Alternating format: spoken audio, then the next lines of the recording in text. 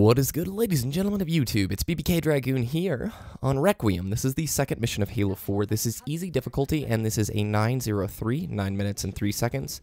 This is what's called an IL, individual level, and as it stands now on the leaderboards, this is the second fastest in the world for Halo 4 Easy Requiem. And I'll explain why I'm doing easy here in a moment. I want to just talk you through speedrunning in Halo the Master Chief Collection, why it's a cool deal, and give you sort of an introduction to Halo speedrunning in general. That way, hopefully you pick up your controller after this, or go learn some Halo speedrunning and go practice and show your friends how fast you can beat the game, or just show the world how quickly you can beat these missions.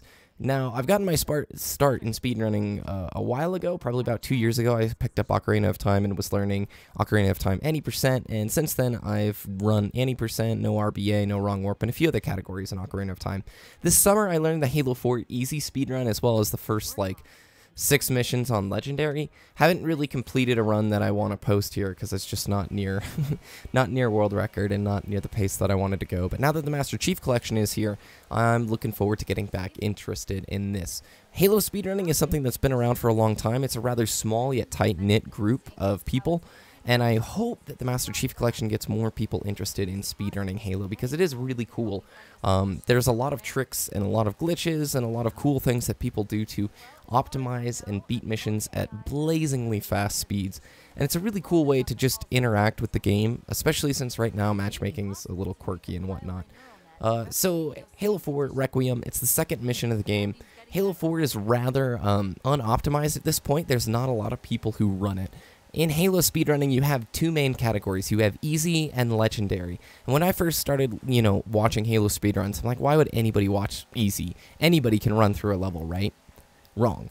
Halo easy speedruns are actually crazy difficult in, the optimizations that runners make. Just because the enemies aren't the main factor doesn't mean that movement and having to hit these, pretty complex setups doesn't happen. So in this mission, we're basically going to be running past most of the enemies that we don't need to beat. There's a few sections where we are going to have to beat some enemies to trigger whatever, but we're basically going to be skipping as much as possible and getting, as I hit that thing right there, and getting to the end of the mission very quickly.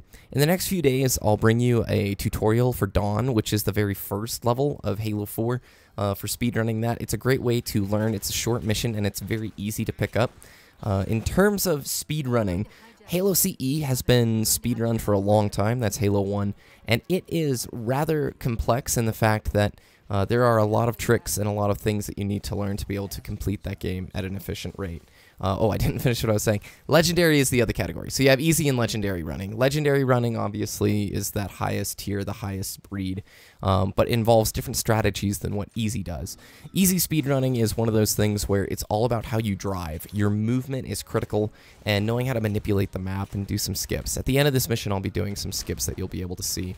So this mission really revolves around the first half, pushing a bunch of buttons, and then the second half is when it gets pretty crazy, having to steal a Banshee and go past what the mission markers would tell you to go to.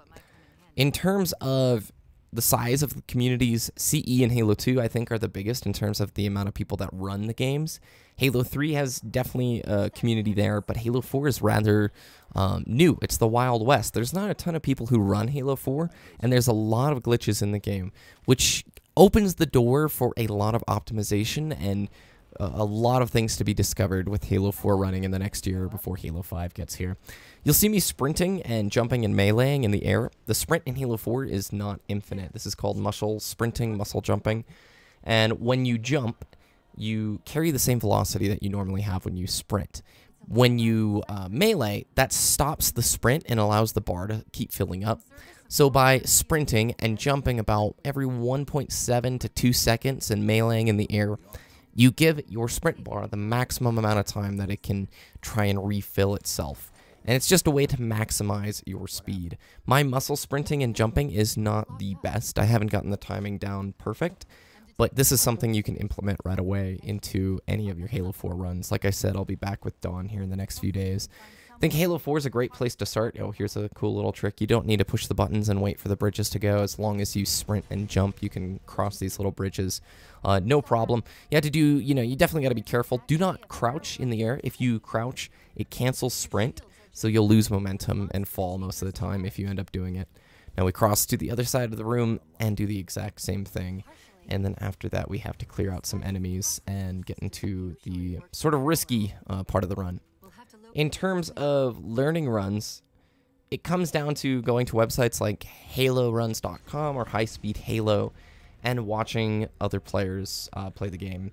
Halo Runs has a wiki, and they talk about the glitches and things that are important to speedrunners in each of the Halo games, which is really cool.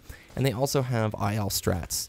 So my suggestion is don't bite off more than you can chew if you're getting into speedrunning. Learn the IL strats first, and that's individual levels, and then work towards doing a single segment run. A lot of people, their eyes are quite a bit bigger than their stomach when they get involved. Ooh, missing that shot here. This is where some optimization certainly could happen, because once I deplete that plasma, I need to get another one quickly. Otherwise, I can't take out that elite. Right now, I need to kill all the enemies that are up here at the top of this platform, and it's going rather slowly for me, as you can see. Get another plasma pistol and take that out. This is what's known as the noob combo. This is critical for any legendary run, or even if you're just doing normal campaign. Basically, the plasma pistol, fully charged, takes out everything shield in the game, so you can one-shot elites and do what you need to.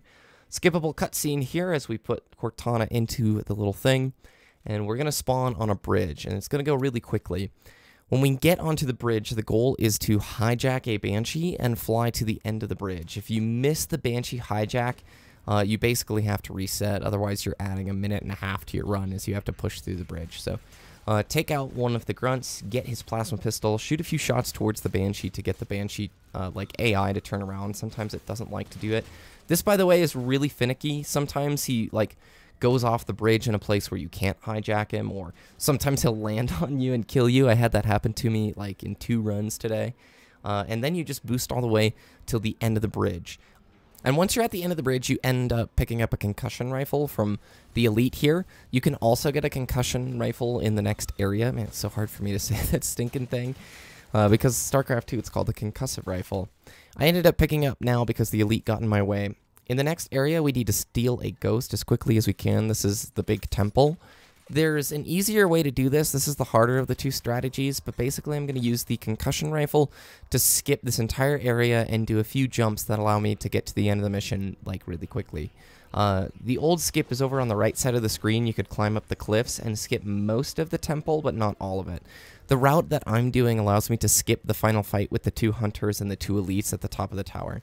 So I'm looking for a specific pillar I can jump up on here, and then I get into a specific place, pull out the concussion rifle, and yes, you can still use this bad boy to get some sweet recoil jumps going. Then we come over to this blue lamppost thing and do the same thing. Pushes us up. We have one more, and the reason we do all this is you have to get up here really quickly to avoid the fight with the enemies that spawn up here at the top. So normally you've got this big fight up here and you have to kill all the mobs, but since we got up here so quickly, the game just assumes, I guess, that we don't need to fight them and it doesn't load them in, and that's basically Requiem. If you do the old temple skip, the easier one, you still have to fight at the top. So that's basically the fastest route that I know right now and the fastest route that's in circulation. In terms of where it's at on the leaderboard, I'm number 2, but that will change because the old IL in Halo 4, not Master Chief Collection Halo 4, but just original Halo 4, I think is like 7:58, so almost a minute faster. It is like a minute faster. I don't know if he just had like a super amazing run, if it was just like super optimized. I think the route's identical, so it's just must be a really optimized kind of thing. I'll definitely be running some more trying to get the number 1 spot. I'm 5 seconds off of it right now. Anyway, I hope you all enjoyed, and I hope you all get involved with Halo speedrunning a little bit. I'll leave some links in the description to websites where you can learn about it. I'll be back in the next few days as well with, what's it called? Dawn, the first mission of this game. Quick tutorial of how you can beat the mission in under 10 minutes. Easily, anybody can do it, and get yourself in the top, like, 15 or 20, you know, on the leaderboard right now. Anyway, thank you for watching. I hope you all enjoyed it. I will see you tomorrow, or today, or whenever. So thank you. Bye.